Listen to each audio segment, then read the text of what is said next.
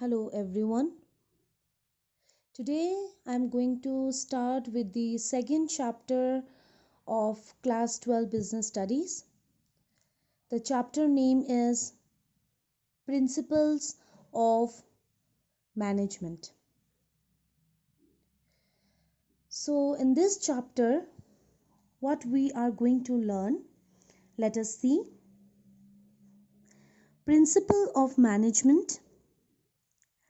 Under that, meaning of principles, nature or dimensions or characteristics of management principles, significance or importance of principles of management, Henry Fayol's principles of management, scientific management.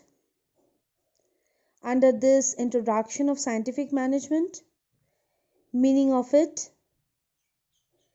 features of scientific management, aims and objectives of scientific management, principles of scientific management, elements or techniques of scientific management, benefits of scientific management, and criticisms of scientific management.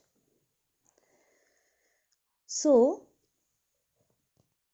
now we can see here the two parts, and under the parts there are many sub parts given, from which we can understand that we have to learn first the principles of management and then we have to go for scientific management.